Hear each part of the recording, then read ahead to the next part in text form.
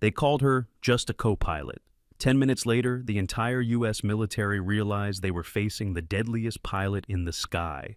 The collision alarm shrieked through the cockpit of Pacific 227 like a banshee announcing the end of the world. Emily Walsh's hands moved before her mind could catch up, fingers dancing across the instrument panel with a fluidity that seemed almost choreographed.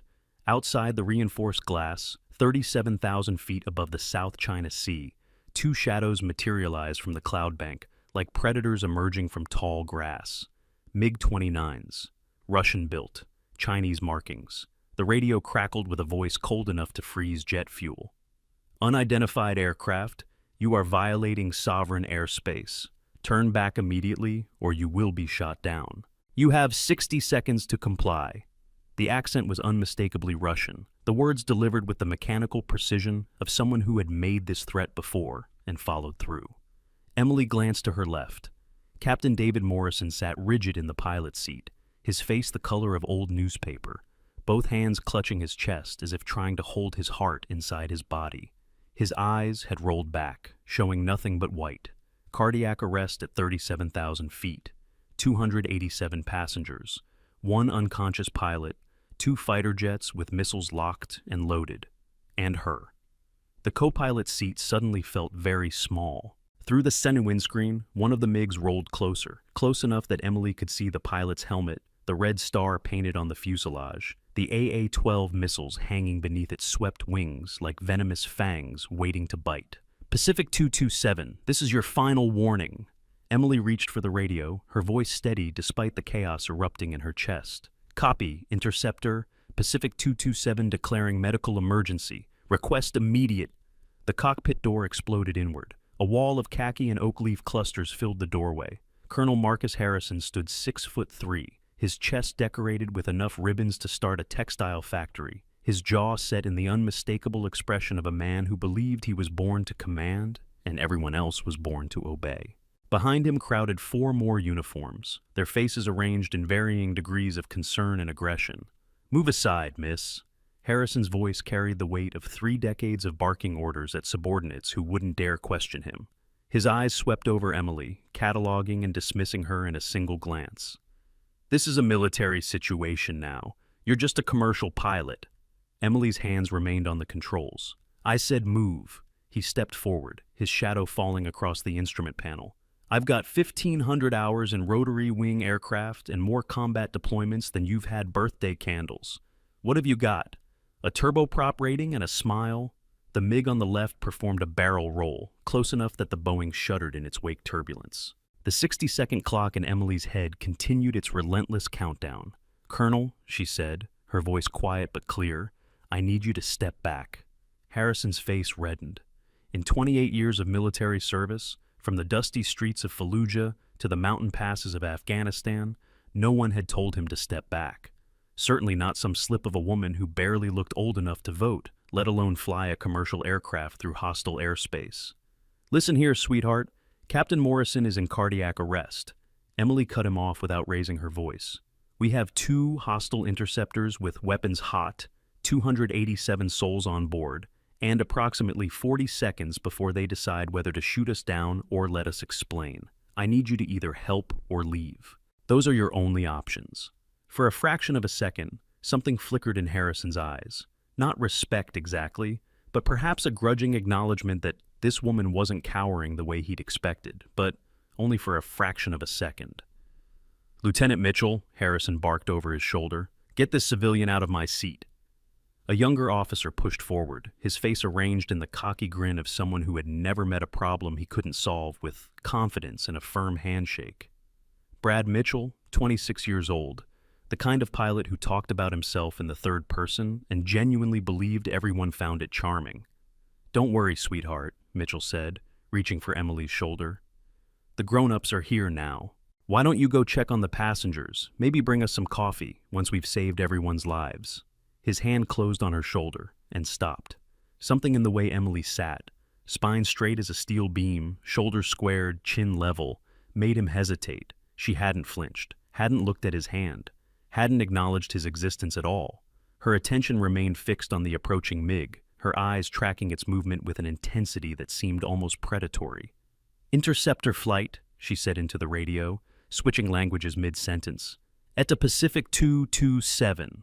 У нас медицинская аварийная ситуация на борту.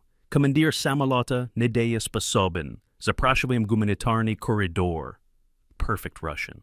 Not textbook Russian, but the kind of Russian that came from years of immersion, from conversations in smoke-filled briefing rooms and static-filled radio transmissions over hostile territory.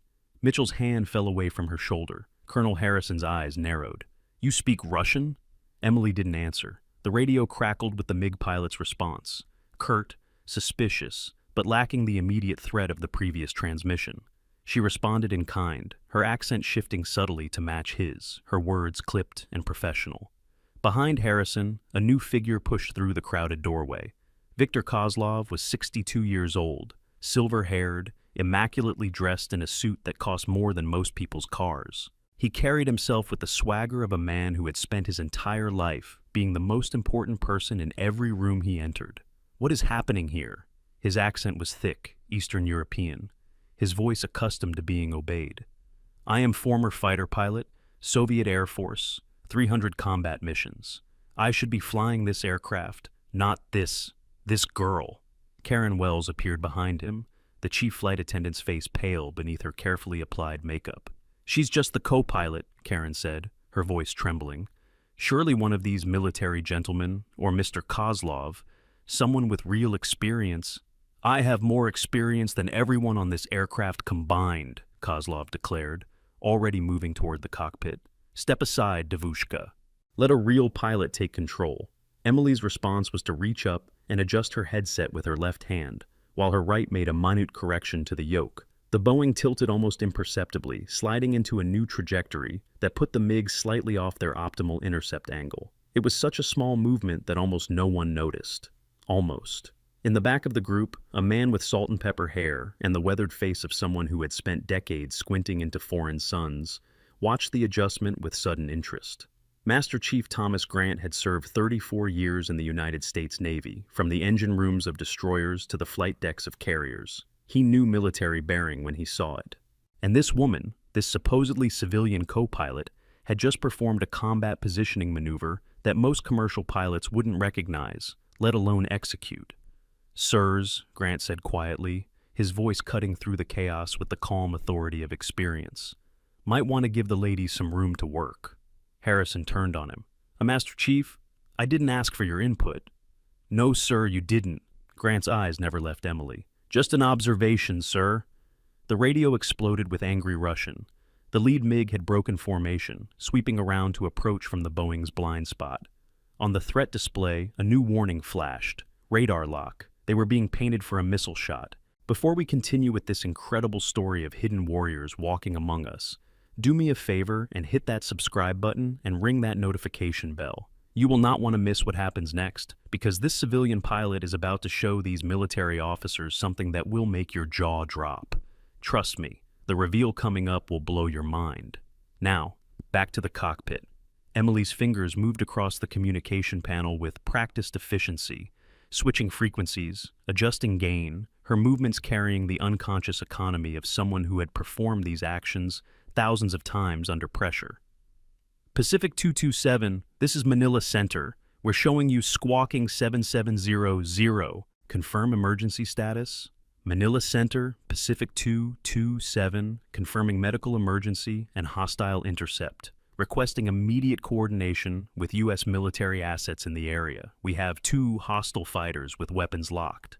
Harrison leaned forward. Now, wait just a minute. You don't have the authority to... Colonel. Emily's voice remained level, but something in its tone made Harrison stop mid-sentence. In an aviation emergency, the pilot in command has absolute authority. That's Federal Aviation Regulation 91.3. Right now, that pilot is me. So, either help me save these passengers, or take a seat in the cabin and let me work. The words hung in the air like smoke after a gunshot. Lieutenant Mitchell let out a bark of laughter. Did she just pull regulations on you, sir? This is priceless. Some coffee-fetching co-pilot thinks she can... Mitchell, Harrison's voice was ice. Shut up. He turned back to Emily, studying her with new eyes. Not friendly eyes. Nothing about Marcus Harrison was friendly, but reassessing eyes. the eyes of a man who had survived 3 decades of warfare by never underestimating an opponent twice. "Fine," he said finally. "You've got the stick, but the second I think you're in over your head, I'm taking command. Are we clear?" Emily didn't acknowledge him. Her attention was fixed on the threat display, watching the Migs flight patterns with an intensity that seemed almost unnatural. "He's going to try a close pass," she murmured, more to herself than anyone else. Standard intimidation maneuver. Afterburner at the last second to rattle the passengers. "How could you possibly know?" Kozlov began. The words died in his throat as the lead MiG did exactly that, screaming past the Boeing's nose close enough to rattle the windows, its afterburner painting the clouds orange before pulling up into a vertical climb. In the cabin behind them, passengers screamed. Emily had already anticipated the wake turbulence, adjusting the Boeing's attitude to minimize the impact. The aircraft shuddered but held steady. "Sloppy," she said quietly, almost to herself. His instructor would be disappointed. Master Chief Grant's eyes widened slightly. That wasn't a guess. That was an assessment. The kind of assessment that came from hundreds of hours watching student pilots make mistakes. The kind of assessment that came from teaching them not to. Karen Wells had wedged herself into a corner of the cockpit, her professional composure crumbling by the second. "We're all going to die," she whispered. "We're all going to die, and it's because we let her stay in command. Someone needs to do something, someone with actual experience." "Ma'am," Grant said gently, "I think she knows what she's doing." "She's a co-pilot," Karen's voice cracked. "She probably got her license from some online course. These military officers have actual combat experience. Mr. Kozlov flew in real wars. What has she done? Fly tourists to Hawaii?" In the pilot's seat, Emily heard every word. Her expression didn't change. She'd heard worse, much worse. The radio crackled with a new frequency. Military band, encrypted. The kind of channel that commercial aircraft weren't supposed to be able to access. Emily's hand moved to the communication panel, her fingers finding the correct switches without looking. "Pacific 227, this is Strike Group 7 aboard USS Ronald Reagan. We are tracking your situation. Confirm your status and intentions." Emily keyed the mic. "Strike 7, Pacific 227. We have 2 hostile interceptors, weapons locked, and a pilot down from cardiac arrest, requesting immediate assistance. Our current heading is..." She stopped. A memory surfaced, unbidden. Smoke-filled skies, the screech of missile alerts, a voice on the radio calling a name that hadn't been spoken in 5 years. She shook it off. "Our current heading is 270, Angels 37, airspeed 480 knots. Requesting fighter escort if available. Copy, Pacific 227. We have assets that can reach you in approximately 15 minutes. Can you maintain current position?" 15 minutes. Against 2 MiGs with itchy trigger fingers and a cabin full of panicking passengers. It might as well have been 15 years. "We'll manage, Strike 7. Emily's voice carried a certainty that surprised even her. "Just get those birds in the air." Harrison was staring at her. "How did you access that frequency? That's a classified military band." Emily ignored him. On the threat display, the second MiG was maneuvering into an attack position. "He's setting up for a gun run," she said. "Testing our reactions, seeing if we'll break formation." "How can you possibly, Gisiti?" Mitchell began. Emily put the Boeing into a gentle bank, adjusting altitude by 300 feet, changing their position just enough to throw off the MiG's calculated approach. It was a subtle move, the kind of thing passengers wouldn't even notice, but it forced the fighter pilot to recalculate his entire attack vector. "That's not possible," Kozlov whispered. His face had gone pale. "A commercial aircraft cannot maneuver like that. The stress tolerances, the passenger safety protocols. The Boeing 7 can sustain up to 2.5 Gs in an emergency situation," Emily said, her voice clinical. "We're currently at 1.2. Well, within acceptable parameters." She spoke like someone reading from a technical manual, but the knowledge, the casual familiarity with airframe limitations, that spoke to something else entirely. Master Chief Grant leaned against the cockpit doorframe, his arms crossed, watching the young woman with growing fascination. He'd spent over 3 decades around military pilots, had seen hundreds of them in action. He knew the body language, the unconscious habits, the way combat aviators carried themselves. This woman had all of it. The MiG completed its run, pulling away at the last second. Emily had read his intentions correctly. anticipated his movements, and positioned the Boeing to minimize the threat, all without appearing to exert any effort at all. "Lieutenant," Harrison said slowly, "pull up this woman's file. I want to know everything about her." Mitchell was already on his phone, fingers flying across the screen. Emily Walsh, age 34, hired by Pacific Airways 6 years ago, previous employment, various regional carriers, nothing special, flight school in Arizona, ATP certificate, type ratings for 737 and 7, completely unremarkable. "There's nothing remarkable about this woman," Karen agreed, eager to validate her own doubts. "She's just a co-pilot. My cousin is a co-pilot, and he can barely parallel park." Emily reached up to adjust the overhead panel, and for just a moment, her sleeve pulled back from her wrist. Grant saw it first, a flash of scar tissue, raised and white against her skin. Not just any scar, a pattern, a shape that he recognized from trauma surgeries on aircraft carriers. The kind of wound that came from ejection handles, from emergency escapes, from cockpits being torn apart at Mach 1.2. "Ma'am," he said quietly, pitching his voice so only Emily could hear, "you want to tell me where a civilian pilot gets ejection scars?" Emily pulled her sleeve down, her expression unchanging. "Childhood accident." "Ma'am, with respect, I've seen those scars on 100 pilots. That's not from falling off a bicycle." She didn't answer. The radio crackled again. The MiG pilot's voice, angrier now, demanding they change course or face consequences. Emily responded in Russian, her tone calm, professional, but with an undertone of steel that made the hair stand up on Grant's neck. She was negotiating, and not like a civilian pleading for mercy, like an equal, matching the MiG pilot's aggression with quiet confidence. "Who the hell are you?" Harrison muttered, more to himself than anyone else.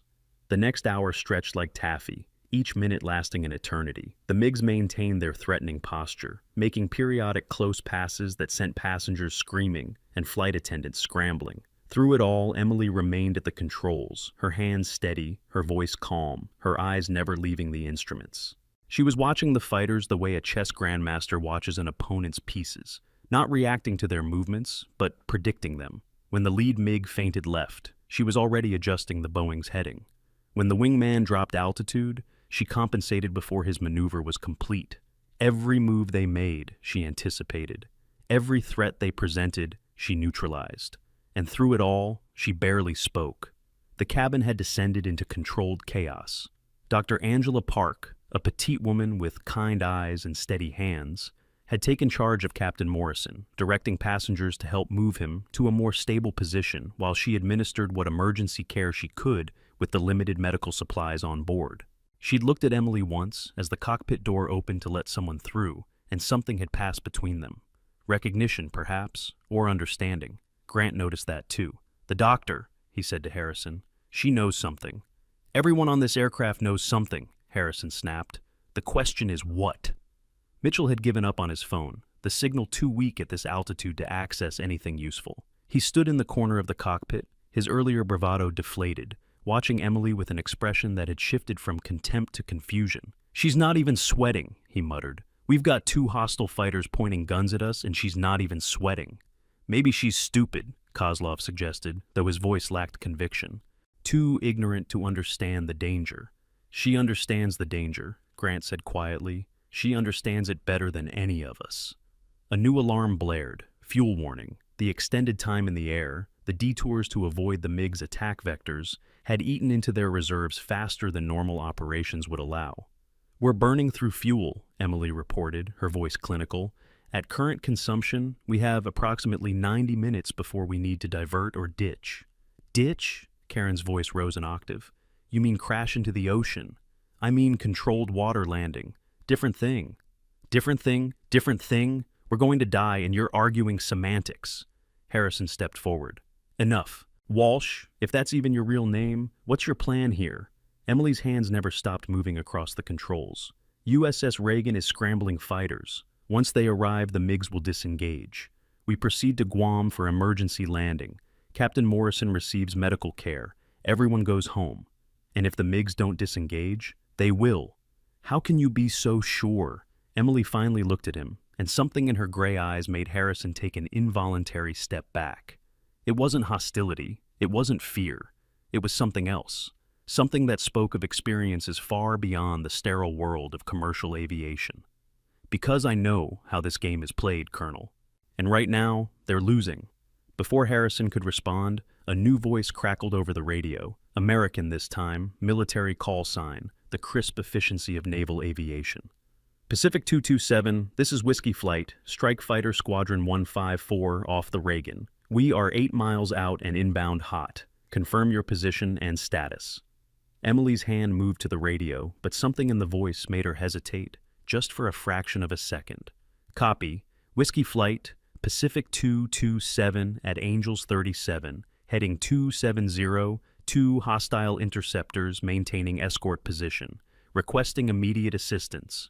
"Roger that, 227. We've got you on radar. ETA 2 minutes. Those bandits are about to have a very bad day." A pause.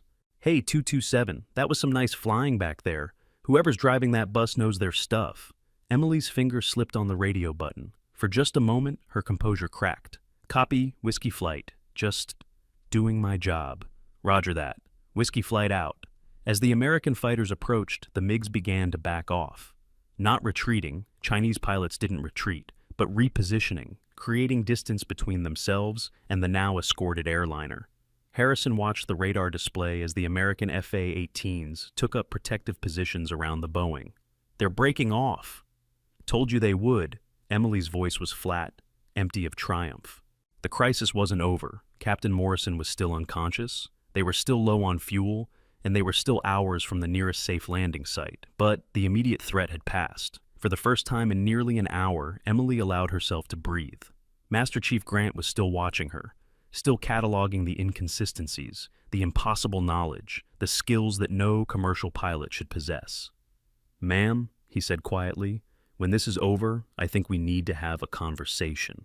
Emily didn't respond. Her eyes were fixed on the lead FA-18, now visible through the cockpit window, its pilot holding formation with the easy grace of someone who had practiced this maneuver 1,000 times. Something in her expression shifted, sadness perhaps, or nostalgia, or regret. The next 40 minutes passed in tense silence. The FA-18s maintained their escort position, a visible reminder to anyone watching that American military assets were now involved. The Migs had retreated to international airspace, still visible on radar, but no longer presenting an immediate threat. In the cabin, Dr. Park had stabilized Captain Morrison, though he remained unconscious. The initial panic had given way to exhausted relief, passengers slumping in their seats, some crying quietly, others staring out the windows at the sleek fighters flanking their aircraft. In the cockpit, the atmosphere had shifted from crisis mode to something more complex.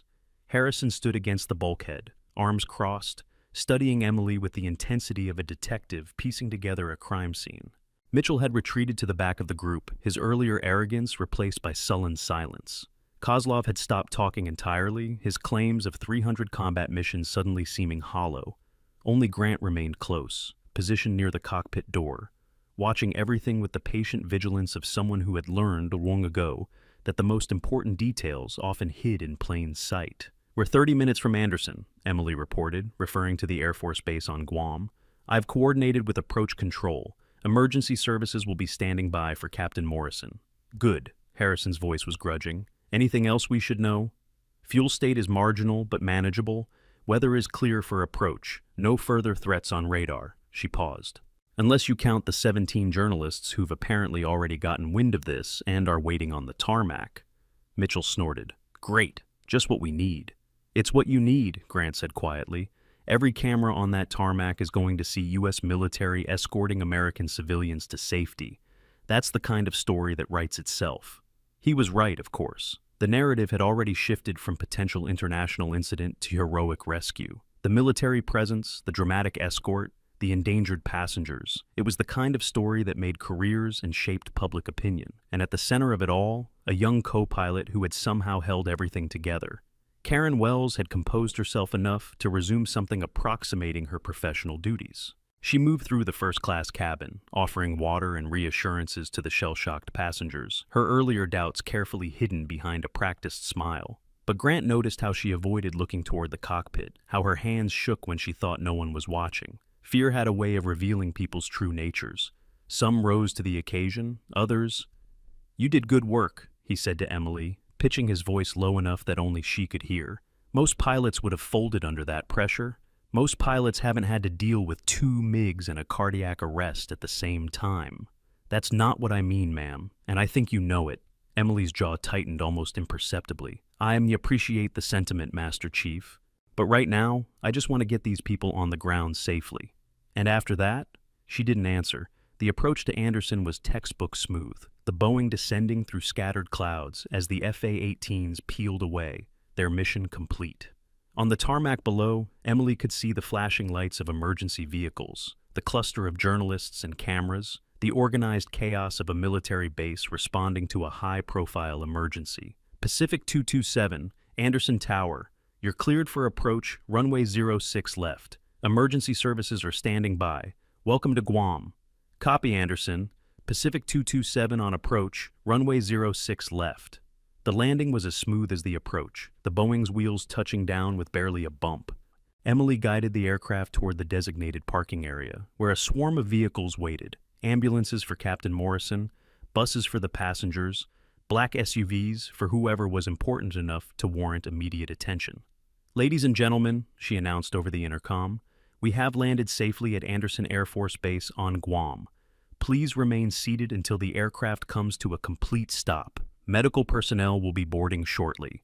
On behalf of Pacific Airways, I apologize for the disruption to your travel plans and thank you for your patience during this emergency." It was the standard announcement, the same words spoken thousands of times a day on aircraft around the world. But somehow, coming from Emily Walsh, they carried a weight that the script had never intended. Harrison was the first one out of the cockpit, eager to take command of whatever came next. Mitchell followed, already rehearsing how he would describe the experience to whoever would listen. Kozlov slipped away quietly, his earlier bluster completely deflated. Karen Wells brushed past Emily without a word, her earlier accusations apparently forgotten, or at least temporarily suppressed. Only Grant remained. "Ma'am," he said, "I've been in the military for 34 years. I've seen combat pilots, transport pilots, every kind of aviator you can imagine. And I've never seen anyone handle a situation like you just did." Emily began running through the post-flight checklist, her hands moving automatically through the familiar routine. "I got lucky, Master Chief. Sometimes luck is the only thing that matters. Luck didn't teach you to speak Russian. Luck didn't teach you those combat maneuvers. And luck sure as heck didn't give you those ejection scars." He leaned forward slightly. "Who are you really, Ms. Walsh?" For a long moment, the cockpit was silent, except for the ticking of cooling engines and the distant shouts of ground crew. Then Emily looked up, and something in her eyes made Grant's breath catch. Pain. Deep old pain, the kind that never fully healed. "I'm just a pilot, Master Chief. That's all I've ever wanted to be." "But that's not all you are, is it?" She turned away, reaching for the cockpit door release. "That's all I'm allowed to be, not anymore." The base commander was waiting at the bottom of the stairs. Admiral James Wheeler, 3 stars gleaming on his collar, the kind of officer who had been running aircraft carriers when most people were still learning to drive. Behind him stood a crowd of uniforms, journalists, and confused civilian officials, all jockeying for position in what was rapidly becoming a media circus. "Colonel Harrison," Wheeler said, extending his hand, "heard you had quite an adventure up there." Harrison accepted the handshake with the practiced ease of someone who had been receiving praise from superior officers his entire career. "Just doing what needed to be done, Admiral. Though I should mention," he gestured vaguely toward the aircraft, "the co-pilot handled herself adequately." Wheeler's eyes tracked past Harrison to where Emily was descending the stairs, her Pacific Airways uniform rumpled, but otherwise bearing no sign of the chaos she'd just endured. She moved with an unusual economy of motion, each step precise, controlled. "That's the co-pilot?" "Yes, sir. Emily Walsh, according to her credentials." "According to her credentials." Wheeler's eyes narrowed slightly. "Interesting choice of words, Colonel." Before Harrison could respond, a commotion erupted near the stairs. Captain Morrison was being loaded onto a gurney, conscious now, his color slowly returning. "Doctor." Park walked beside him, speaking quietly to the paramedics. "He'll be okay," she reported as Wheeler approached. "Myocardial infarction, but we got him stabilized. Another few minutes without intervention, and it would have been a very different story." "The co-pilot got us down," Morrison croaked, his voice weak but determined. "Whatever she did up there, however she did it, she saved all our lives." Wheeler looked again toward Emily, who had detached herself from the crowd and was standing alone near the nose of the aircraft, watching the organized chaos with an expression that was difficult to read. "Interesting," he murmured. "Very interesting." Grant appeared at Wheeler's elbow, having navigated through the crowd with the practiced ease of someone who had spent decades moving through military bureaucracies. "Admiral, permission to speak freely?" "Always, Master Chief. What's on your mind?" "That woman isn't who she says she is. I've been watching her for the past 2 hours. The way she moves, the way she talks, the things she knows. That's not a civilian pilot. That's military, and not just any military." Wheeler's expression didn't change, but something in his eyes sharpened. "Go on." "She accessed classified military frequencies like she was ordering coffee. She performed combat maneuvers in a Boeing 777 that most fighter pilots couldn't pull off. She negotiated with those MiG pilots in Russian like she'd done it 100 times before." Grant paused. "And, sir, she has ejection scars. I saw them. Fresh enough that they can't be more than 5, maybe 6 years old." "Ejection scars?" Wheeler's voice was very quiet. "You're certain?" "Positive, sir. I've seen enough of them to know." The Admiral was silent for a moment, his gaze fixed on the solitary figure standing near the aircraft. Then he reached for his radio. "This is Wheeler. I need a priority database search.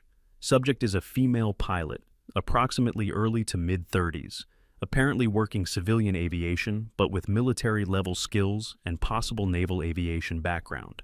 Focus on any personnel who went MIA or were reported KIA in the South China Sea Theater in the past 6 years." There was a pause, and then, "Also, look for any call signs associated with the Top Gun program during the same period. Specifically, anything involving the designation Phantom." Grant's eyebrows rose. "Sir?" "Just a hunch, Master Chief." Wheeler's eyes never left Emily. "But in my experience, there's only one kind of pilot who could do what she just did, and if I'm right, we're looking at either a miracle or a ghost." The crowd was beginning to thin as passengers were processed and journalists corralled. Wheeler moved through the chaos with the easy authority of someone who had been in command for most of his adult life, making his way toward the lone figure still standing near the aircraft.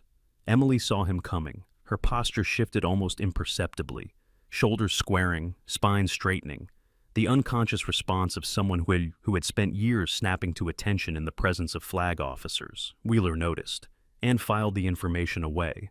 "Ms. Walsh," he said, stopping a respectful distance away. "I'm Admiral James Wheeler, Base Commander. I wanted to personally thank you for your actions today." "Just doing my job, Admiral." Her voice was neutral, carefully controlled. "Your job, yes." Wheeler studied her face, looking for cracks in the facade. "Captain Morrison tells me you handled those MiGs like you'd been doing it your whole life. Said you knew what they were going to do before they did it." "Lucky guesses." "Uh-huh." Wheeler didn't believe that for a second, and his expression said as much. "You know, I've been in naval aviation for 32 years, flown Hornets off carriers in 3 different conflicts, and I've never seen anyone, military or civilian, do what you did today." Emily's expression didn't change. "The aircraft did most of the work, Admiral. I just pointed it in the right direction." "The aircraft," Wheeler nodded slowly. "The aircraft that you somehow convinced to perform split-S maneuvers at 37,000 feet. The aircraft that you flew like it was an FA-18 instead of a commercial passenger jet." He paused. "That aircraft?" For just a moment, something flickered in Emily's eyes. Then it was gone, replaced by the same careful neutrality she'd maintained since landing. "I'm not sure what you're implying, Admiral." "I'm not implying anything, Ms. Walsh. I'm stating facts." He stepped closer, lowering his voice so only she could hear. "I've ordered a database search on your background. If there's something you want to tell me before those results come back, now would be the time." Emily met his gaze without flinching. "There's nothing to tell, Admiral. I'm a co-pilot for Pacific Airways. I've been flying commercial aircraft for 6 years. That's all. That's all." Wheeler repeated the words slowly, tasting them for truth. "Then you won't mind if I ask you a few more questions while we wait for your aircraft to be cleared? Am I being detained? Invited. There's a difference." "Barely." Wheeler smiled slightly. It wasn't a friendly smile. "Humor me, Ms. Walsh. After what you did today, you've earned at least that much consideration." They walked in silence toward the base operations building, Grant falling into step behind them with the practiced ease of an NCO who had learned long ago when to follow and when to lead. Around them, the controlled chaos of the emergency response continued, passengers being interviewed, journalists being managed, aircraft being inspected. Inside the operations building, Wheeler led them to a small conference room, closing the door behind them with a soft click that somehow seemed louder than the chaos they'd left behind. "Please, have a seat." Emily remained standing. "I prefer not to." "As you wish." Wheeler settled into one of the chairs, his posture relaxed but his eyes sharp. "Let's start with something simple. Where did you learn to speak Russian?" "Night school. After I got my pilot's license, I thought it might be useful to learn additional languages." "Night school." Wheeler's skepticism was evident. "And this night school taught you to negotiate with hostile fighter pilots using military protocols and tactical terminology." "I watch a lot of movies," Grant snorted from his position near the door. Wheeler shot him a warning look before turning back to Emily. "How about the combat maneuvers? Where did you learn to fly a commercial aircraft like a fighter jet?" "Simulation training. Pacific Airways has excellent facilities." "Simulation training." Wheeler leaned forward slightly. "Ms. Walsh, I've been polite so far. I've given you every opportunity to come clean, but my patience has limits, and you're rapidly approaching them." Emily's expression remained unchanged. "Admiral, I don't know what you want me to say. I'm a commercial pilot who got caught in a bad situation and did my best to handle it. That's the beginning, middle, and end of the story." "Is it?" Wheeler reached into his pocket and pulled out his phone, glancing at the screen. "Because my people just pulled your Pacific Airways personnel file, and it's remarkably thin. 6 years of employment, no disciplinary issues, no notable incidents, no background before your initial hiring that anyone can verify. I like my privacy." Privacy is one thing, a completely fabricated identity is another. For the first time since the conversation began, something shifted in Emily's posture. It was subtle, a slight tension in her shoulders, a barely perceptible tightening of her jaw, but Wheeler caught it. "I don't know what you're talking about." "Don't you?" Wheeler set the phone down on the table. "Here's what I think happened. I think you're a military pilot, Navy probably, based on your skill set. I think something happened to you 5 or 6 years ago, something serious enough that you dropped off the radar completely, and I think you've been hiding ever since, using a civilian identity to stay under the radar." Emily said nothing. "What I don't know," Wheeler continued, "is why. What happened that made you disappear? What are you running from? And perhaps most importantly, who are you really?" The silence stretched between them, thick and heavy. Then Emily spoke, her voice very quiet. "Admiral, with all due respect, my past is none of your business. I did my job today. I saved 287 passengers and got them safely on the ground. That's what matters. What matters is the truth. The truth is overrated." Emily finally moved, walking to the window and staring out at the tarmac where her aircraft still sat, surrounded by emergency vehicles. Sometimes the best thing you can do is let sleeping dogs lie, and sometimes those sleeping dogs wake up and bite you. She turned back to face him. "Is that a threat, Admiral?" "It's a statement of fact." Wheeler stood, moving to stand beside her at the window. "You can't hide forever, Ms. Walsh, if that's even your real name. The world has a way of finding people who don't want to be found, and when it does, wouldn't you rather have allies than enemies?" Emily was silent for a long moment. When she spoke, her voice was barely above a whisper. "You have no idea what you're asking. Then tell me, help me understand."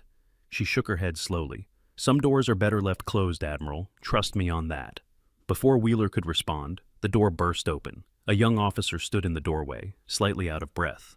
"Admiral, sir, we've got a situation. The FA-18 pilots are requesting permission to land. And, sir," he hesitated, glancing at Emily, "the flight leader says he has personal business with the co-pilot from Pacific 227. Wheeler's eyebrows rose. "Personal business?" "That's what he said, sir. Commander Jake Torres, call sign Whiskey." Something shifted in Emily's expression, a flash of recognition, quickly suppressed, but not quickly enough. Wheeler noticed. "Commander Torres, now why would an FA-18 pilot have personal business with a civilian co-pilot he's never met?" "I have no idea," Emily said, but her voice had changed, losing some of its careful neutrality. "Well then," Wheeler moved toward the door. Let's find out. The tarmac was even more chaotic now, with the addition of two FA-18s that had just touched down and were taxiing toward the operations area. Their engines whined as they shut down, the cockpits opening to reveal the pilots inside. Commander Jake Torres was the first out of his aircraft, dropping down the ladder with the easy grace of someone who had done it thousands of times. He was tall, dark-haired, with the kind of weathered face that came from years of squinting into tropical suns at Mach 2. He removed his helmet as he walked, scanning the crowd with obvious purpose. "Whiskey." Wheeler intercepted him before he could get far. "Welcome back. I understand you have business with our civilian pilot." Torres's eyes locked onto Emily, who was hanging back near the operations building, and something electric passed between them. "Admiral," Torres said slowly, "request permission to speak with that woman privately." "Denied. Whatever you have to say, you can say in front of me." Torres hesitated. His eyes moved from Emily to Wheeler and back again, calculating. "Sir, with all due respect, that phrase usually precedes something extremely disrespectful, Commander. Whatever your business is with Ms. Walsh, I want to hear it." Torres was silent for a long moment, then he sighed. "Fine. Admiral, when we were inbound to the Intercept, I heard her on the radio coordinating with Strike Group 7, and there was a moment, just a split second, when she slipped up." "Slipped up how?" "She started to give our call sign response, the military protocol for acknowledging escort instructions, the one that only carrier pilots know." Torres's voice dropped. "And she almost said a call sign, one I haven't heard in 5 years. Wheeler's eyes narrowed. "What call sign?" Torres looked at Emily. She stood frozen, her face pale. "Phantom," he said quietly. "She almost said Phantom acknowledges." The word hung in the air like smoke. Wheeler turned to face Emily fully. "Phantom. Now, why would a civilian co-pilot know that particular call sign?" Emily said nothing. Her hands were trembling slightly. "Commander Torres," Wheeler continued, "you served at Top Gun, didn't you? Tell me about the call sign Phantom." Torres's jaw tightened. "Sir, Phantom is a legend. One of the best instructors Top Gun ever produced. Trained hundreds of pilots over 8 years. Some of the best carrier aviators in the fleet learned everything they know from Phantom." "And what happened to this Phantom?" "Killed in action, sir. South China Sea, 5 years ago. At least, that's what the official report says." Wheeler turned back to Emily. "Is there anything you would like to add to that, Ms. Walsh?" Silence. Then, "The official reports say a lot of things, Admiral. That doesn't make them true. So, you admit you know about Phantom?" Emily's eyes found Torres's. Something passed between them. Recognition, pain, years of shared history compressed into a single glance. "I know about a lot of things," she said quietly. "That doesn't mean I have to talk about them." Torres stepped forward. "Emily," his voice cracked on the name. "It's really you, isn't it? Jake? 5 years." His voice was thick with emotion. 5 years we thought you were dead. I was at your memorial service. I spoke at your memorial service, and the whole time you were alive? You were flying civilian aircraft while we mourned you?" Emily's composure finally cracked. Tears welled in her eyes, though she fought to keep them from falling. "You don't understand. Then help me understand." Torres' voice rose. "Help me understand why the woman who taught me everything I know, the woman who saved my life more times than I can count, decided to fake her own death and disappear. Because I had no choice." The words exploded out of her, raw and anguished. Around them, the crowd had stopped moving, drawn by the intensity of the confrontation. Wheeler held up a hand, silencing the murmurs. "Commander Torres, stand down. Ms. Walsh." He paused. "Or should I say, Commander Walsh? I think it's time you started telling us the truth." Emily's shoulders sagged. The fight seemed to drain out of her, leaving behind something smaller, more fragile. "Lieutenant Commander," she said quietly. "Lieutenant Commander Emily Walsh, call sign Phantom. Former lead instructor, Naval Fighter Weapons School, Miramar." Wheeler nodded slowly. "And the death in the South China Sea?" "A cover story. Necessary for operational reasons." "What kind of operational reasons require faking your own death?" Emily shook her head. "That's classified, Admiral. Above your pay grade, with respect." "My pay grade is pretty high. Not high enough for this."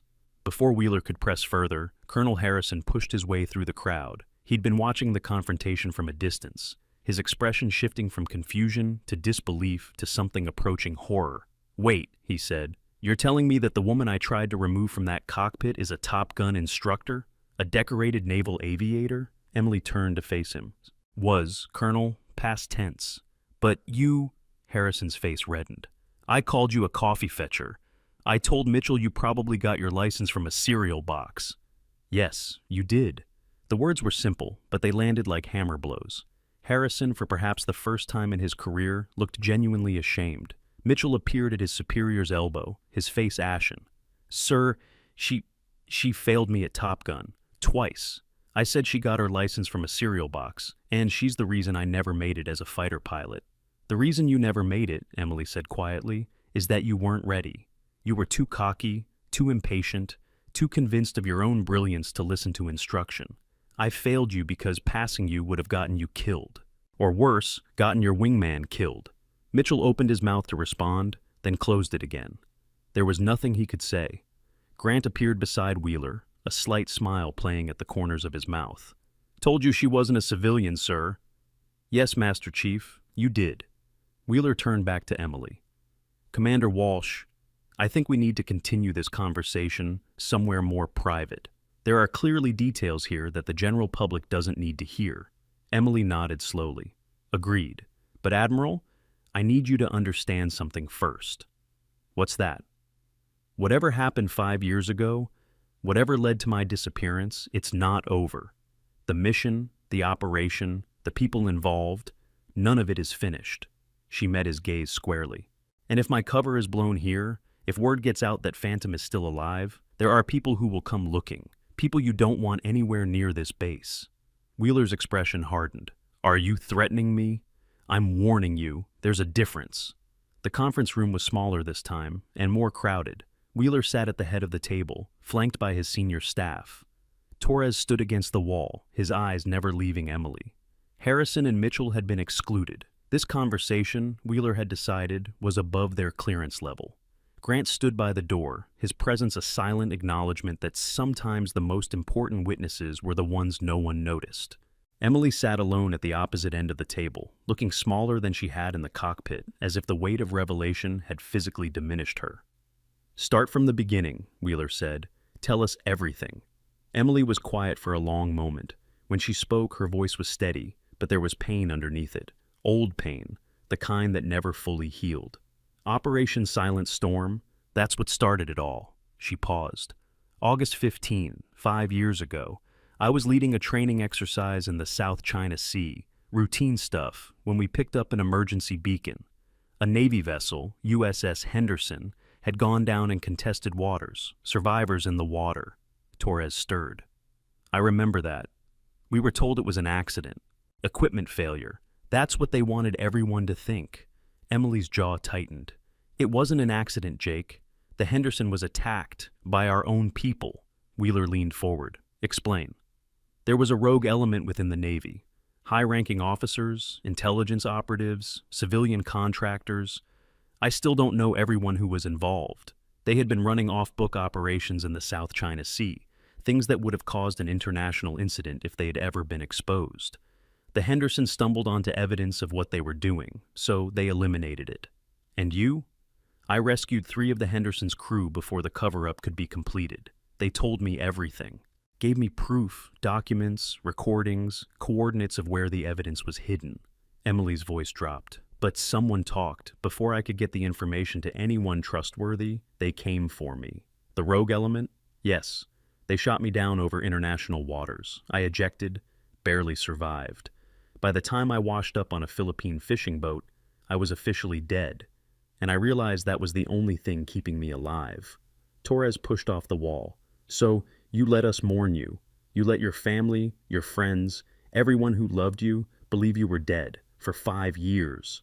For survival, Jake. If they'd known I was alive, they would have kept coming, and they wouldn't have just come for me. They'd have gone after anyone who might have helped me. Anyone I cared about. Her voice cracked slightly. I did what I had to do to protect the people I loved, even if it meant losing them. Wheeler processed this in silence. Then, the evidence you mentioned, do you still have it? Hidden, somewhere they'll never find it. Insurance, in case they ever came looking again. And this rogue element, is it still active? I don't know. I've been off the grid for 5 years. But I've always known that someday, somehow, my cover would be blown. She looked around the table. Looks like today was that day. Wheeler was quiet for a long moment. Then he reached for his phone. "Sir," one of his aides asked, "I'm making a call to someone who needs to know about this." He looked at Emily. "Commander Walsh, you're going to have to trust me. I know people who have been investigating irregularities in South China Sea operations for years. If what you're saying is true, we might finally have a chance to bring these people to justice. And if you're wrong, if the people you trust are part of the conspiracy," Wheeler met her gaze steadily, "then we'll burn that bridge when we come to it. But I didn't get 3 stars by trusting the wrong people. You're going to have to take a leap of faith here, Commander." Emily was silent for a long moment. Then she nodded. "One condition." "Name it." "Whatever happens next, I'm involved. I've been running for 5 years. I'm tired of running. It's time to fight back." Wheeler allowed himself a small smile. "Commander Walsh, I was hoping you'd say that." On the tarmac, the sun was beginning to set, painting the sky in shades of orange and red that reminded Emily of fire, of explosions, of the last time she'd worn a military uniform. Torres found her standing by herself, watching the light fade. "Hey. Hey yourself." He stood beside her, close but not touching. "I'm sorry." "For what?" "For what I said earlier. The anger, He struggled for words. 5 years, Emily. 5 years of thinking you were dead. Do you have any idea what that was like?" "I know exactly what it was like, Jake. I lived it too. Every day, knowing I couldn't contact anyone, couldn't let anyone know I was alive." Her voice caught. "I missed your wedding. I missed the birth of your daughter. I missed everything. And I hated every second of it." Torres was quiet for a moment. "Sarah talks about you sometimes. My daughter. She's never met you, but I've told her so many stories. About the legendary phantom who taught her daddy how to fly." Emily's eyes glistened. "I'd like to meet her someday. If that's something you'd be okay with." "Yeah." Torres's voice was thick. "Yeah, I think I'd be okay with that." They stood in silence, watching the sunset. "What happens now?" Torres asked finally. "I don't know. Wheeler's making calls, pulling strings. Something's going to happen. I can feel it. But what exactly?" She shrugged. "Your guess is as good as mine." "Are you scared?" Emily considered the question. "I've been scared for 5 years, Jake. At this point, it almost feels normal. But this is different. This feels like maybe there is a chance to finally end it, to come home for real. And if it doesn't work out, if this conspiracy is bigger than we think." She turned to face him, and for a moment she looked like the instructor he remembered, fierce, determined, absolutely certain of her path. "Then at least I'll go down fighting. That's got to be better than hiding." Torres smiled sadly. "That's the phantom I remember." Behind them, the operations building door opened. Wheeler emerged, his face grave but purposeful. "Commander Walsh, Commander Torres, there's been a development." They followed him back inside, where a secure video link had been established with the Pentagon. The face on the screen belonged to a man in his 60s, silver-haired, with the kind of bearing that spoke of decades at the highest levels of military command. "Commander Walsh," the man's voice was crisp, authoritative, "I've heard a great deal about you." "Admiral McKenna." Emily recognized him immediately, the Chief of Naval Operations, the highest-ranking officer in the United States Navy. "I wish we were meeting under better circumstances." "As do I, Commander. As do I." McKenna leaned forward. "Admiral Wheeler has briefed me on your situation. Your claims about Operation Silent Storm are troubling, to say the least." "They're not claims, Admiral. They're facts." "So you say. But you've been underground for 5 years. You have no allies, no resources, no way to verify your story independently." McKenna paused. "Except for one thing." "Sir?" "The evidence you mentioned, the documents and recordings from the Henderson survivors. You said you still have them?" "Yes, sir." "Then we need to retrieve them, immediately. If what you're saying is true, we have a rogue element operating within the Navy, one that has already committed treason and murder to protect its secrets. We need to expose them before they can do any more damage." Emily nodded slowly. "I can get you the evidence, Admiral, but I'll need help. The location isn't exactly accessible, and if the conspiracy is as deep as I suspect, They'll be watching for any attempt to retrieve it, which is why you won't be going alone. McKenna's expression hardened. Commander Torres, you were one of Commander Walsh's best students, were you not? Torres straightened. Yes, sir. And you have access to aircraft capable of reaching wherever this evidence is hidden? Yes, sir. Good. Then you'll accompany Commander Walsh on this mission. I'm authorizing whatever resources you need, aircraft, equipment, personnel. We end this conspiracy once and for all. Emily and Torres exchanged glances. Sir, Emily said, I appreciate the support, but I need you to understand. This isn't going to be a simple retrieval operation. The people we're up against have killed before. They'll kill again to protect their secrets. I'm aware of the risks, Commander. McKenna's voice was grim. But sometimes the only way to eliminate a cancer is to cut it out completely. Whatever it takes, whatever the cost, we're going to bring these people to justice. He paused. Welcome back to the Navy, Commander Walsh. We've missed you. The video link terminated. Emily stood in silence, processing what had just happened. In the space of a few hours, she had gone from anonymous commercial pilot to the center of a military operation that could reshape the Navy's command structure. Torres put a hand on her shoulder. Ready for this? She looked at him, and for the first time since her world had fallen apart 5 years ago, she allowed herself to feel something that might have been hope. I've been ready for 5 years, Jake. Let's finish this. We're at the moment you've been waiting for, but before the biggest reveal, if this story has you on the edge of your seat, smash that like button right now. Every like helps this channel bring you more incredible stories of unsung heroes. Share this with someone who needs to hear it. And stick around, because what Emily Walsh is about to reveal will change everything these officers thought they knew. Wheeler's office had become a war room. Maps covered every surface. Satellite imagery flickered on multiple screens, and the air hummed with the quiet tension of an operation taking shape. Emily stood at the center of it all, pointing to a location on the main display, a small island in the Philippine Sea, barely visible among the thousands of specks dotting the blue expanse. Here, she said, Palawan Province. There's a cave system on the northern coast that was used as a smuggling route during World War II. I cached the evidence there 5 years ago. Torres studied the imagery. That's deep in contested territory. Chinese naval patrols pass through that area regularly, which is why no one has found it. Emily traced the approach route with her finger. We'll need to go in low and fast, avoid radar detection, make the retrieval, and get out before anyone knows we were there. Wheeler frowned. That's a lot of variables. One mistake, and we could have an international incident on our hands. We could have an international incident regardless, Emily countered.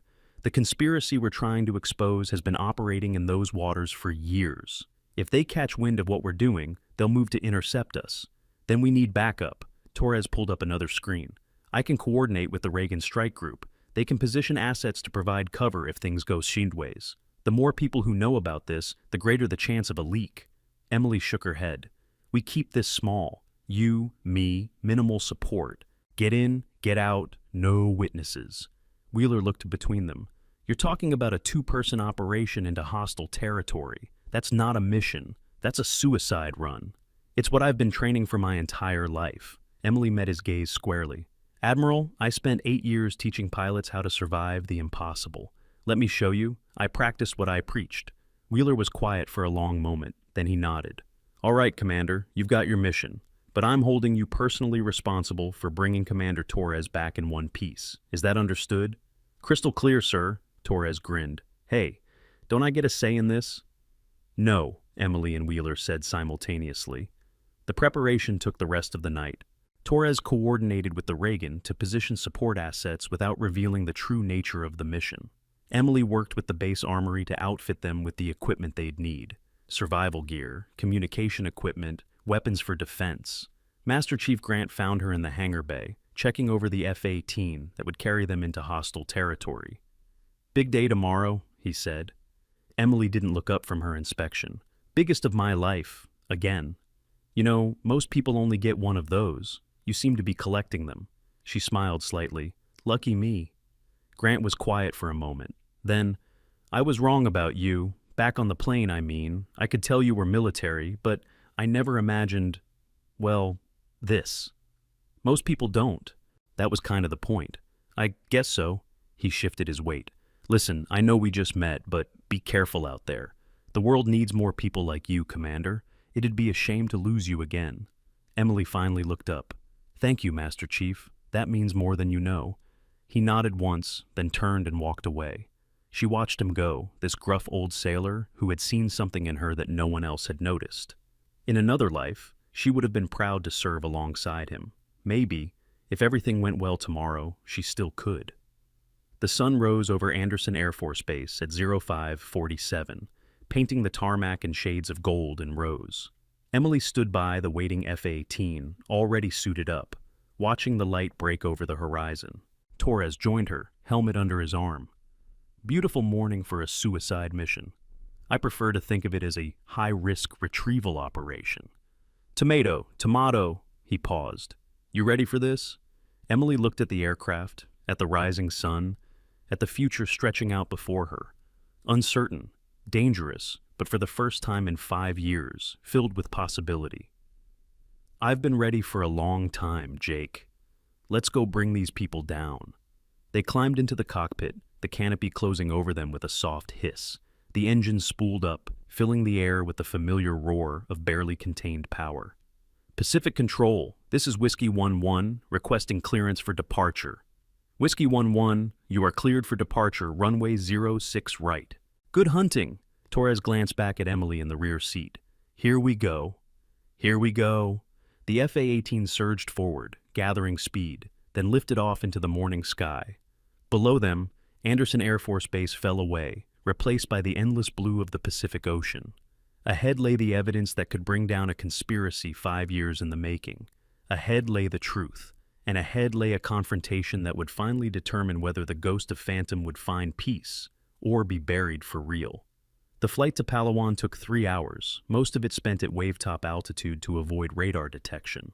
Torres flew with the easy confidence of someone who had spent years pushing aircraft to their limits, while Emily navigated from the back seat, her eyes constantly scanning the horizon for threats. They passed over fishing boats and cargo ships, through scattered cloud banks and patches of tropical rain. The Philippine Sea stretched beneath them, beautiful and deadly, hiding secrets that went far deeper than the evidence they sought. Approaching the drop zone, Torres announced. 5 minutes to the cache location. Emily keyed her radio. Copy, let's do a quick recon pass before we commit to landing. They swept over the island at 500 feet, the FA-18's sensors drinking in every detail of the terrain below. The cave system Emily remembered was still there, its entrance hidden by decades of jungle growth, but unmistakable to someone who knew what to look for. I don't see any obvious threats, Torres reported. No boats, no personnel, no signs of recent activity. That's what worries me. Emily studied the sensor readouts. This place should be empty, but I've learned to trust my instincts, and right now, they're screaming at me. Torres circled the island once more, then found a relatively flat stretch of beach, suitable for landing. The F-18 touched down smoothly, its landing gear digging into the soft sand. Nice landing, Emily acknowledged. Thanks, I had a good teacher. They climbed out of the aircraft, weapons ready, senses alert for any sign of ambush. The jungle around them was alive with bird calls and insect sounds, the peaceful backdrop hiding whatever dangers might lurk within. The cave is about half a mile inland, Emily said, checking her bearings. Follow me. They moved through the jungle in silence, Emily leading the way with the sure-footed confidence of someone who had survived worse environments than this. Torres covered their rear, his eyes constantly scanning for threats. The cave entrance was exactly where Emily remembered it, a narrow opening in a cliff face, partially obscured by hanging vines and fallen rocks. She pushed through the vegetation, Torres close behind, and descended into darkness. The interior of the cave was cool and damp, the air thick with the smell of ancient stone and sea spray. Emily activated her flashlight, its beam cutting through the gloom, to reveal a narrow passage leading deeper into the cliff. This way. They walked for several minutes, the passage twisting and turning, occasionally opening into larger chambers before narrowing again. Finally, they reached a small alcove set into the cave wall. Emily reached behind a loose stone and pulled out a waterproof container. There it is! Her voice was hushed, reverent. 5 years I've been waiting to retrieve this. She opened the container, checking its contents. Inside, perfectly preserved, were the documents and recordings she had risked everything to protect. the evidence that could finally bring the conspiracy to light. "We got it," Torres breathed. "We actually got it." "Not yet." Emily closed the container and stowed it in her pack.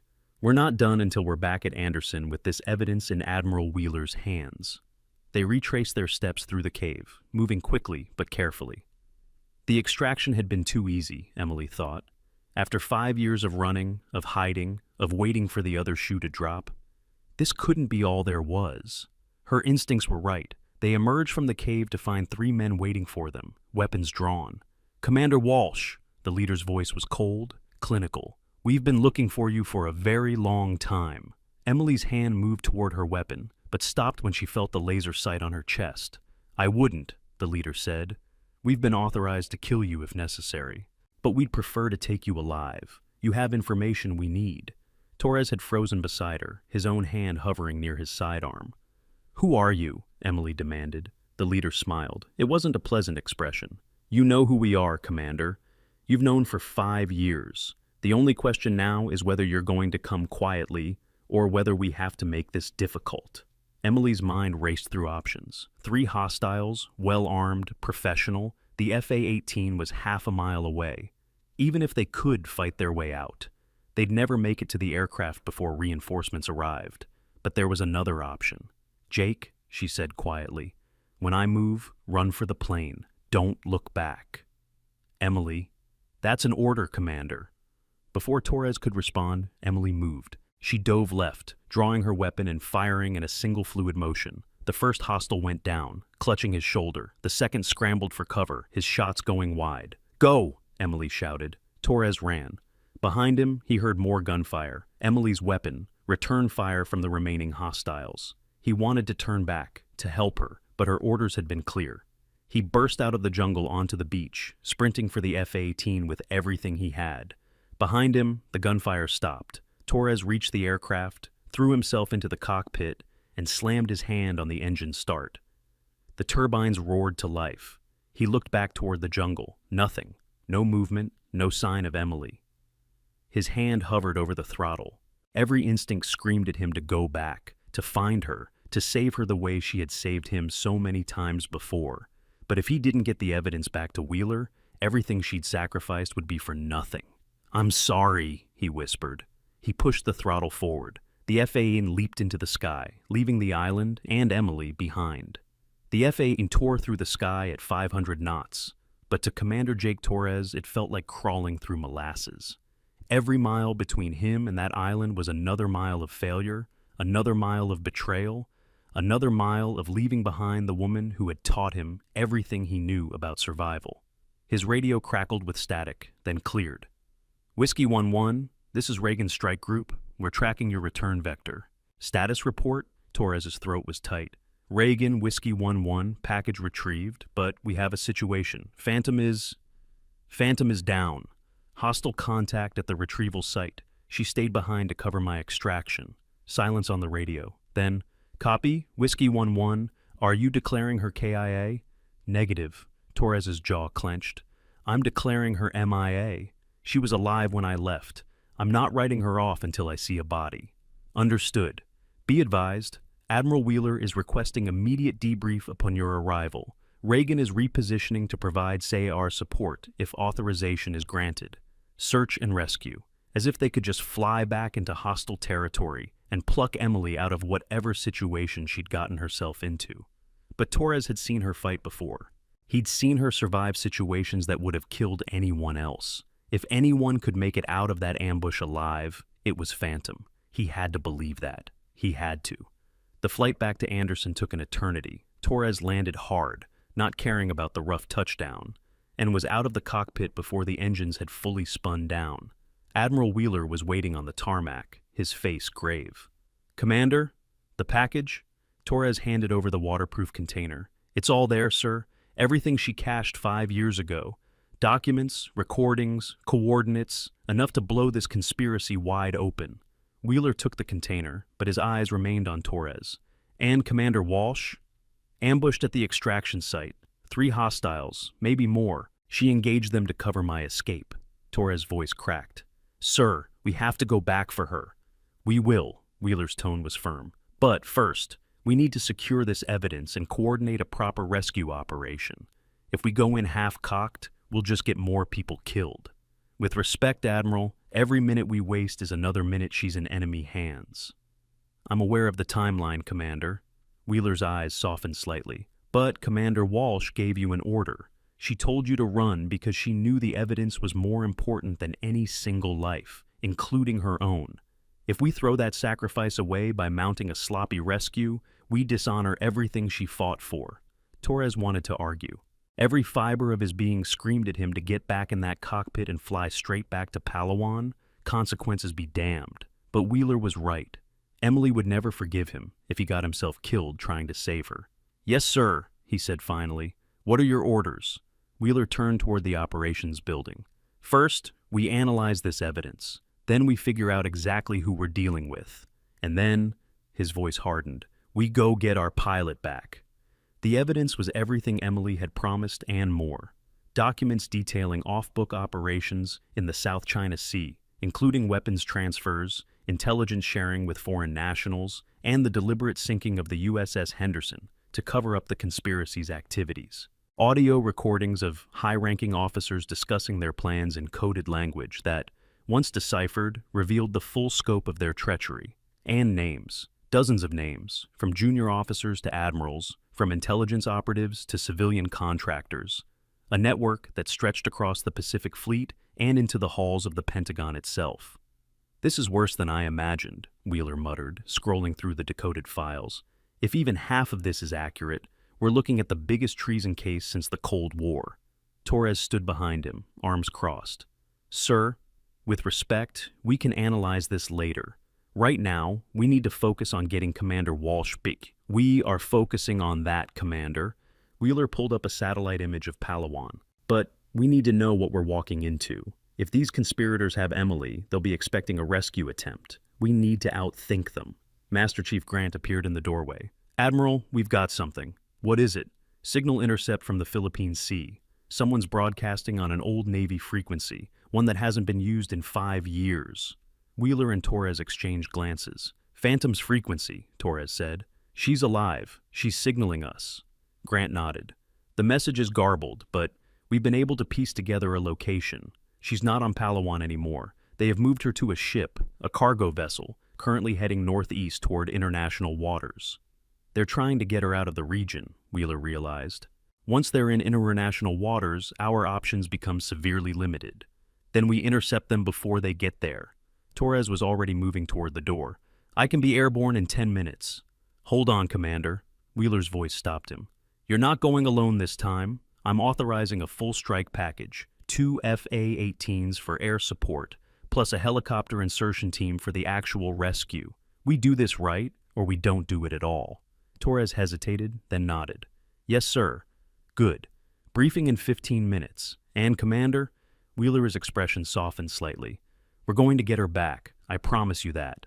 The briefing was quick and precise. The target was a cargo vessel called the Eastern Promise, currently 150 miles northeast of Palawan and heading for international waters at 15 knots.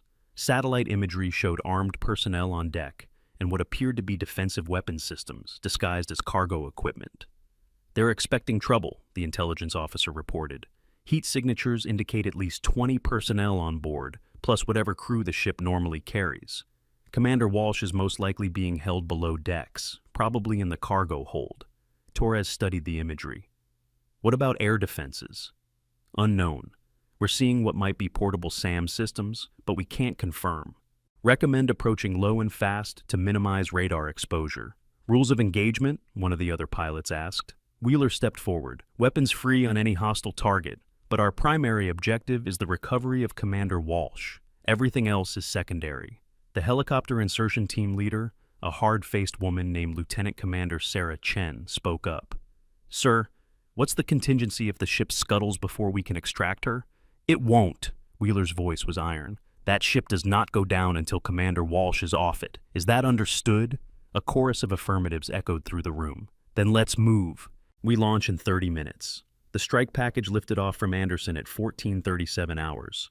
2 FA-18s flying escort, plus a MH-60 Seahawk carrying the 8-person rescue team. Torres led the formation, his eyes fixed on the horizon, his mind on the woman waiting for rescue. "Whiskey Flight, this is Reagan Actual," the carrier's commander radioed.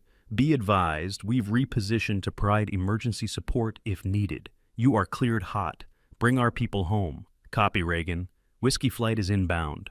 The flight took 45 minutes, the aircraft skimming the wavetops to avoid radar detection. As they approached the target area, Torres's sensors began picking up the cargo ship's silhouette, a dark shape against the afternoon sun, moving steadily toward international waters. "Tally target," he announced. "Eastern Promise, bearing 045, distance 12 miles, commencing attack run." The FA-18s split formation, approaching the ship from opposite directions to divide its defensive attention. Torres watched his threat display carefully, waiting for the telltale flash of radar lock that would indicate SAM activation. It came at 8 miles, a brief spike of energy as the ship's hidden weapons systems came online. "Missile launch! Braking left!" Torres threw the F-18 into a hard turn, flares cascading from its belly as the incoming missile streaked past. Behind him, his wingman executed a similar maneuver, both aircraft dancing through the sky as the ship's defenses tried to track them. "Whiskey 2, engaging defensive systems," his wingman reported. A moment later, a streak of fire lanced down from the sky, and one of the SAM launchers exploded in a shower of sparks. "Good hit. Primary defenses neutralized."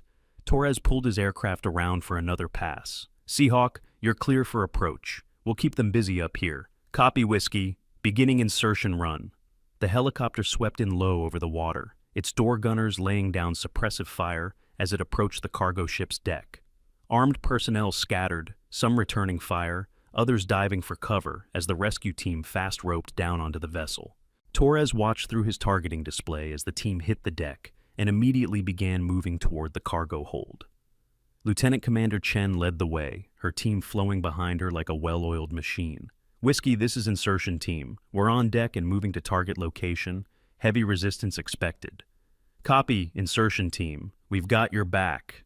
The next few minutes were chaos. Torres and his wingman made repeated strafing runs, keeping the ship's defenders pinned down while the rescue team fought their way below decks.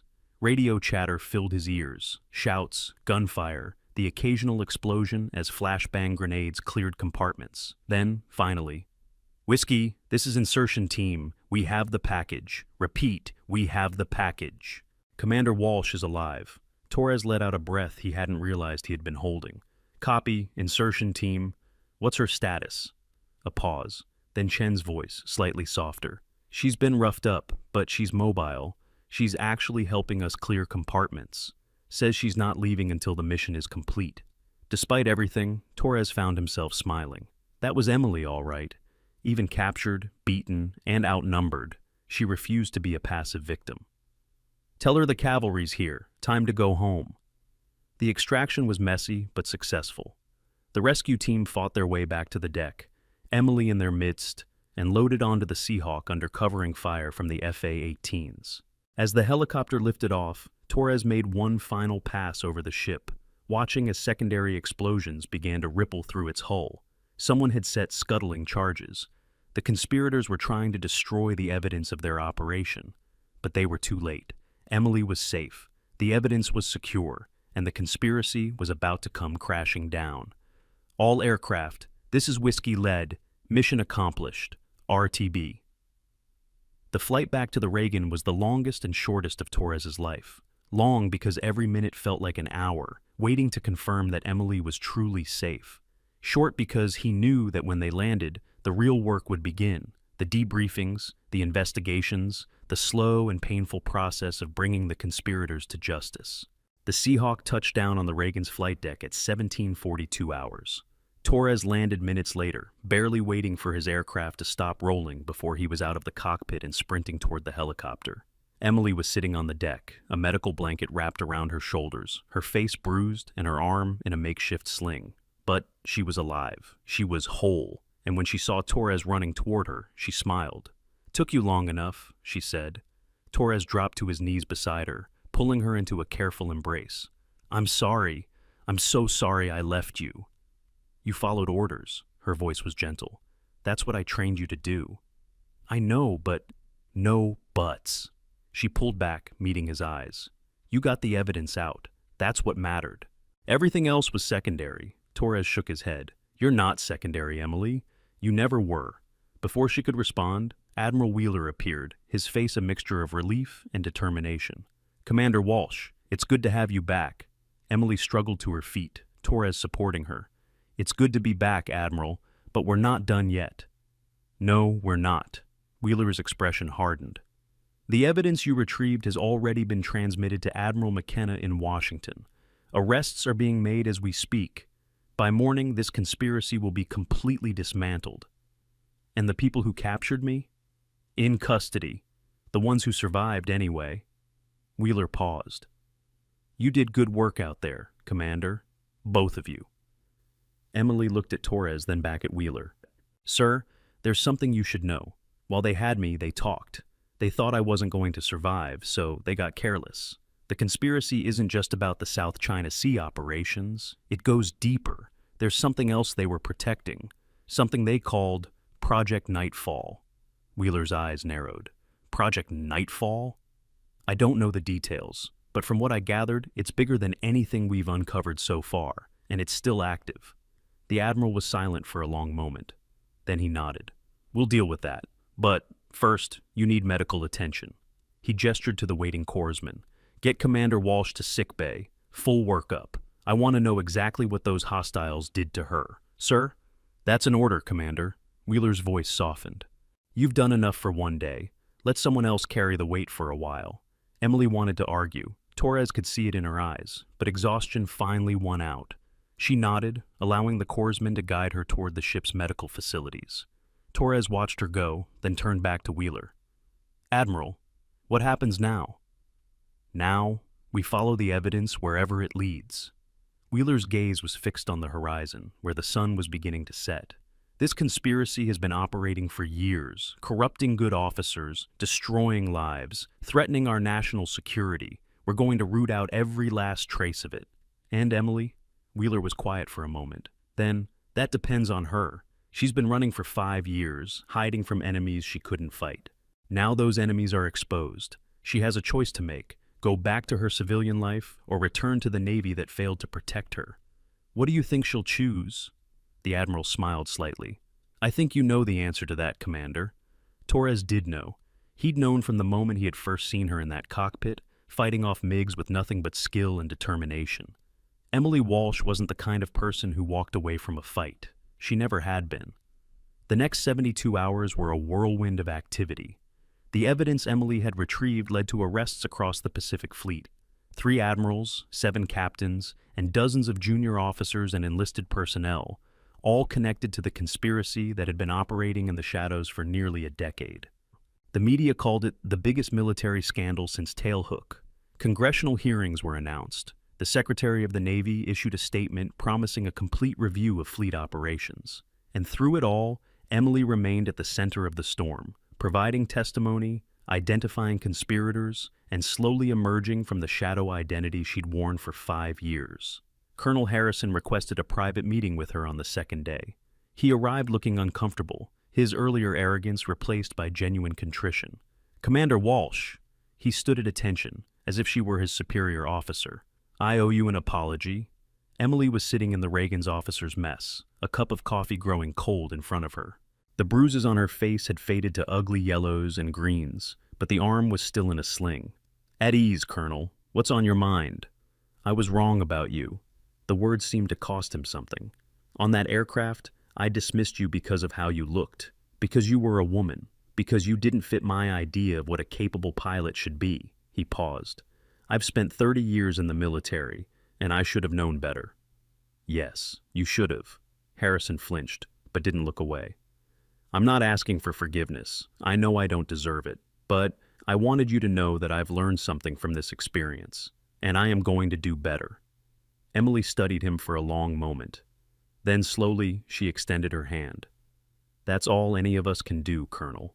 Learn and do better. He shook her hand, and something shifted between them. Not friendship exactly, but mutual respect. The kind that came from shared experience and acknowledged mistakes. After he left, Lieutenant Mitchell appeared in the doorway. He looked even more uncomfortable than Harrison had, His earlier cockiness completely evaporated. "Ma'am, can I speak with you?"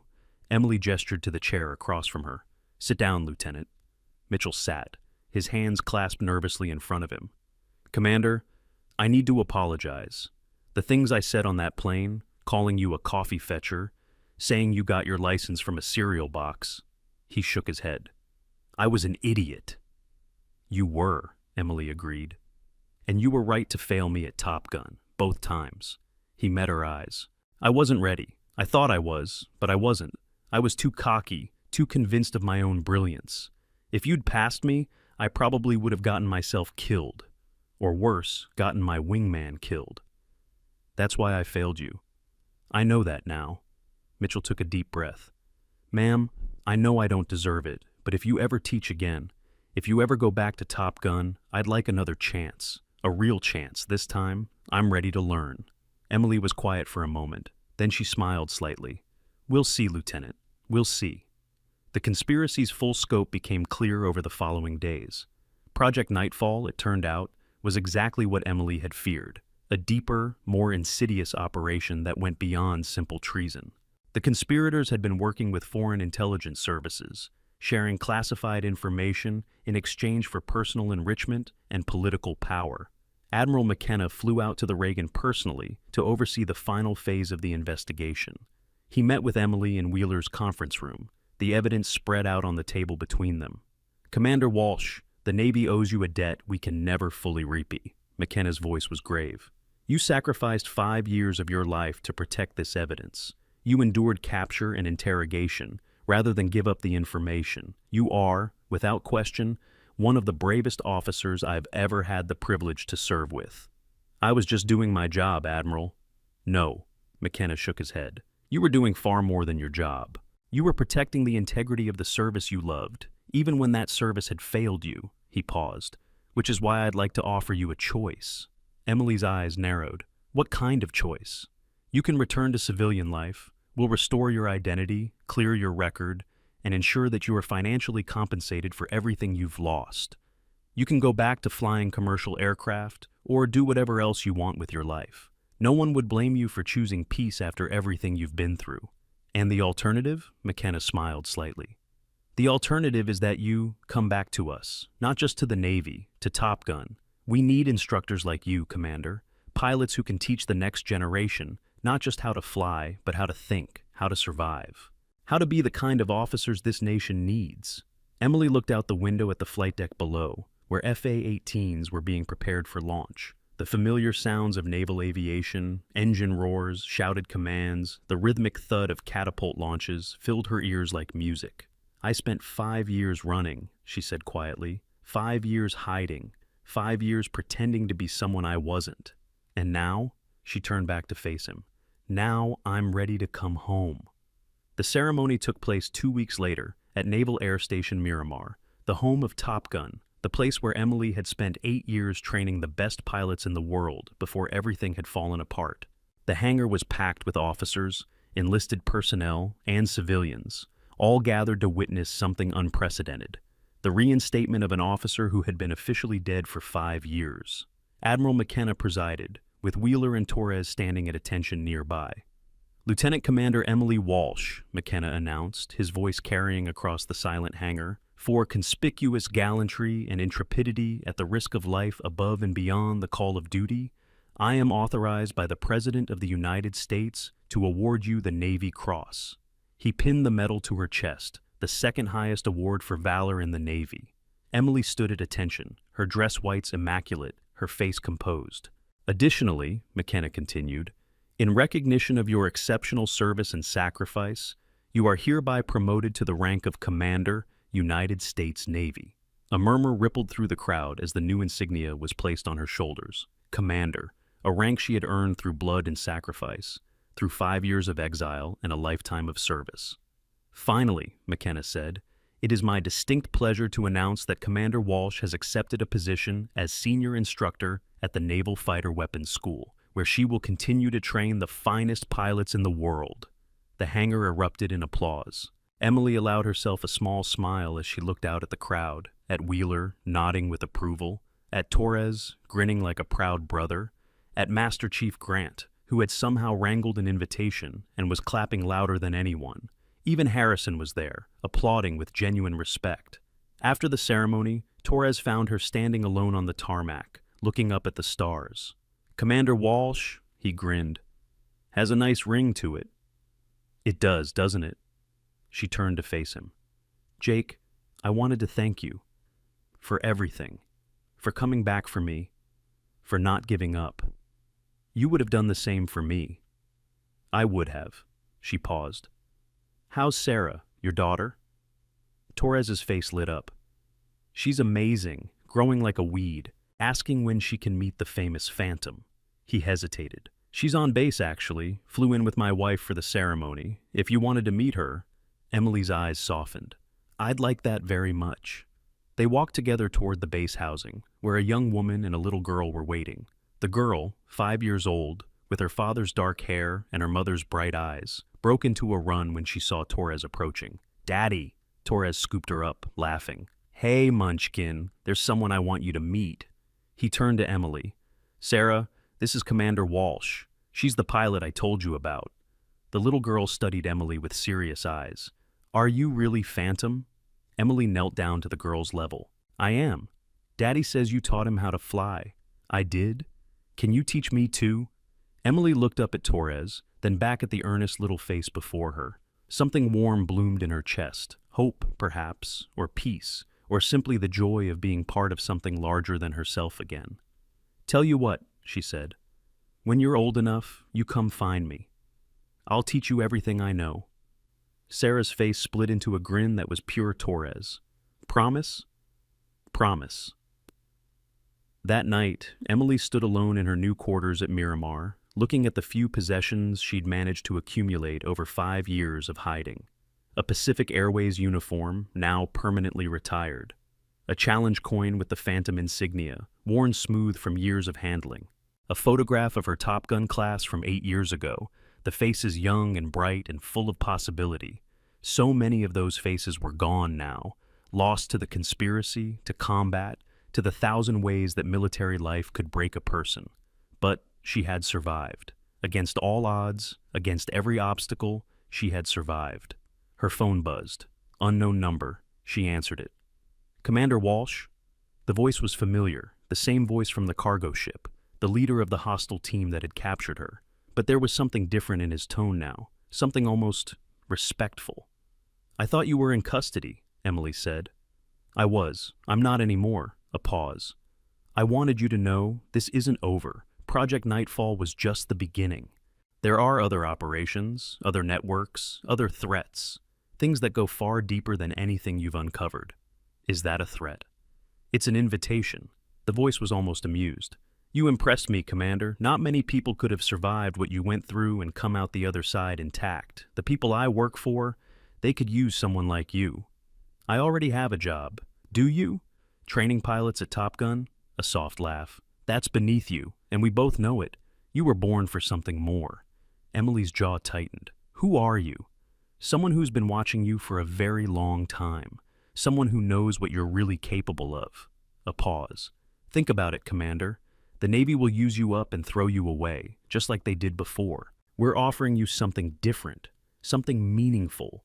I don't make deals with traitors." "We're not traitors, Commander. We're patriots. We just see the world differently than the people currently in charge." The voice softened. "You have my number now. When you're ready to learn the truth, the real truth, about what happened in the South China Sea, call me." The line went dead. Emily stared at the phone for a long moment. Then, slowly, she set it down on the desk.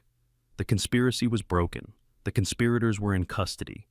She had her life back, her identity back, her purpose back. But the voice on the phone had been right about one thing. This wasn't over. There were still secrets buried in the darkness, still threats lurking in the shadows. And somewhere out there, someone was watching her, waiting. She walked to the window and looked out at the runway, where the lights of Miramar glittered like earthbound stars. Tomorrow she would begin her new life as a Top Gun instructor. Tomorrow she would start training the next generation of naval aviators.